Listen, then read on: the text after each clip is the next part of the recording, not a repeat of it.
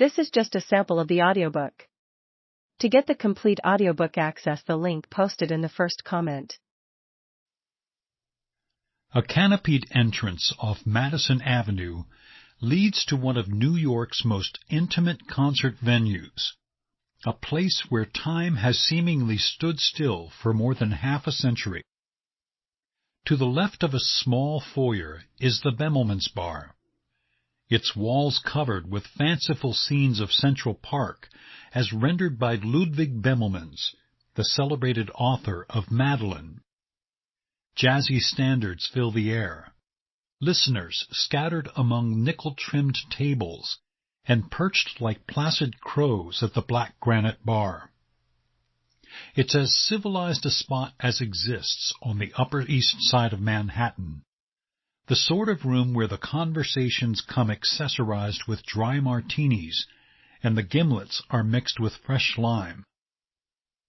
Opposite the Bemelmans is a shrine to the art of cabaret, a performance space only slightly larger than a regulation racquetball court. Here is where musical acts as varied as Herb Alpert and Eartha Kitt have held forth, and where Bobby Short was seasonally featured for 36 years.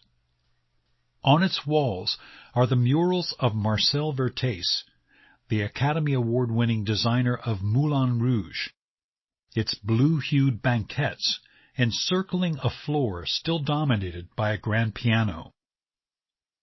Although Short, whose portrait hangs just outside, liked to refer to himself as a saloon singer, the Café Carlyle has never been the province of comedians. When Woody Allen sits in with the Eddie Davis New Orleans Jazz Band, he sticks to his clarinet and never utters a word. So of all the people who could possibly be booked into this elegant little sanctuary on a Monday night, one of the most unlikely is the man who single-handedly made the stage safe for an open collar, a jazz artist who can neither sing nor play an instrument, a satirist so savage that Time once described him as Will Rogers with fangs. Seated at a table near the back, Mort Sahl doesn't appear nervous in the least. Clad in a red cashmere sweater, he is still strikingly handsome at age 86, the celestial nose suggesting the profile of a much younger man, the graying hair at once both combed and unruly. He chats comfortably as the room fills, quick to break into a grin as if some private absurdity has just caught his attention. Occasionally, a stranger leans in to shake his hand.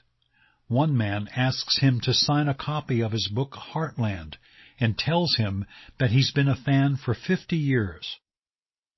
Among those taking their seats are James Wolcott, cultural critic and blogger for Vanity Fair, the comedian Mark Pitta, broadcast journalist John Hart, and the star's third wife, Kensley, who was flown in from California expressly for the occasion. At 10:50, Dick Cavett makes his way to the riser as applause fills the room. Some years ago, he says by way of introduction, a meteor shot across the comedy sky. My new friend Woody Allen and I went to see him at a place called Basin Street East in New York. Woody said, "Wait until you see him. You will agree with me that everyone else should quit the business." Here is a man who said Ronald Reagan won because he ran against Jimmy Carter, and if he had run unopposed, he would have lost. Once at Basin Street, a guy yelled out, "Is that a Brooks Brothers sweater?" So Mort picked up the subject of Brooks Brothers and said, "It's a strange store. They have no mirrors, but they will stand another customer in front of you." "That's a bit of a weird curve," he admitted over the appreciative laughter. "But I love weird curves." Ladies and gentlemen, the great Mort Sahl. Prolonged applause as Sahl moves slowly toward the stage, his friend Lucy Mercer at his side.